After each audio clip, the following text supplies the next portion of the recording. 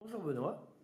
Bonjour Jean-Michel. Alors, donc tu fais partie des nouveaux interviewés pour le mouvement délibéré. Alors, est-ce que tu peux te présenter? Alors, je m'appelle Benoît Humbert. Je suis artisan boulanger à Lorient. D'accord. J'ai eu 51 ans hier. Bon anniversaire. Voilà, donc tu es venu avec nous pour fêter ça. Boire un coup. Voilà, exactement, ou deux, si on veut. Et donc, je suis un nouveau libéré.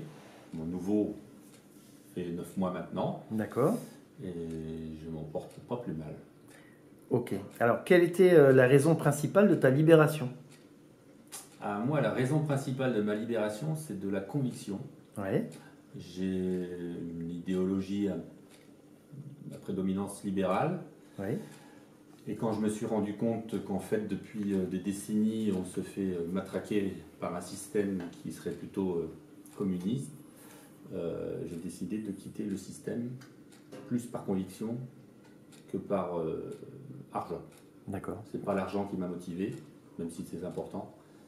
C'est à partir du moment où j'ai découvert qu'on avait le choix, j'ai décidé de quitter ce système. Et le déclic, alors, quand tu l'as découvert, c'était quoi? Le déclic, il est venu d'où? Ah, il est venu en écoutant une émission sur RMC d'Éric Brunet, Ouais.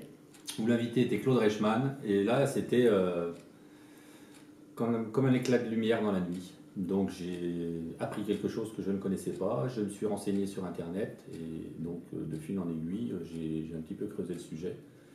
J'ai fait mûrir ma réflexion, ça m'a pris 3 mois pour faire mûrir ma réflexion, hein, avec des hauts, des bas, j'y vais pas. Au bout de 3 mois, j'avais pris ma décision et j'ai attendu 3 mois de plus que mon exercice comptable se termine, et là j'ai franchi le pas, donc un 1er juillet. Et donc, quand tu as pris cette décision, tu avais déjà rencontré Claude Reichmann une fois ou pas du Je tout? l'avais déjà rencontré puisque j'avais organisé une réunion Ouais.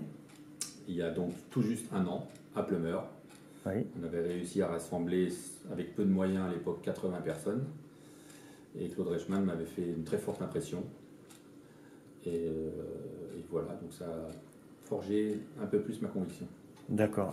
Qu'est-ce que tu penses en fait du mouvement délibéré aujourd'hui? J'assimilerais le mouvement des libérés à une boule de neige. Ouais. Elle a démarré toute petite, par un petit caillou il y a 23 ans. Ouais. Hein, on appelle ça un lupus, c'est-à-dire celui qui gêne le romain dans sa sandale. Et puis Claude Reichmann l'a roulé dans la neige.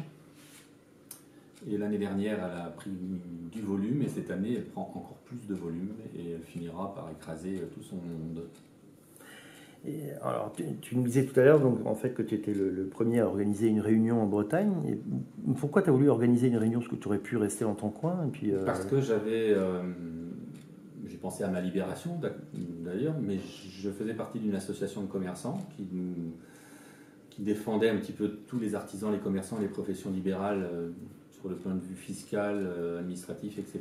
Donc on a mené un combat contre la CFE, ouais. contre sa hausse abusive. Mhm. Et donc là-dedans, il y avait aussi les charges sociales comme le RSI. Ouais.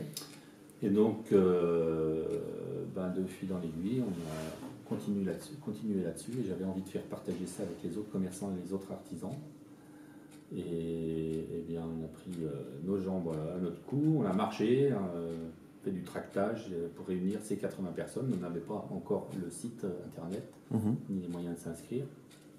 Et on était quand même assez contents de nous d'avoir réuni 80 personnes. Bon, alors depuis, il y a eu d'autres réunions qui ont été organisées par toi, par des cabinets comptables, etc. Et tu es toujours aussi motivé ou tu es encore plus? Toujours. J'ai besoin de faire des pauses de temps en temps parce que c'est très prenant. Et ouais. à un moment, pour ne pas saturer, il faut se reposer. Mais voilà, après c'est reparti, une petite étincelle. Et l'étincelle, c'est Claude Reichmann qui la met. Et nous, on apporte le carburant en fait.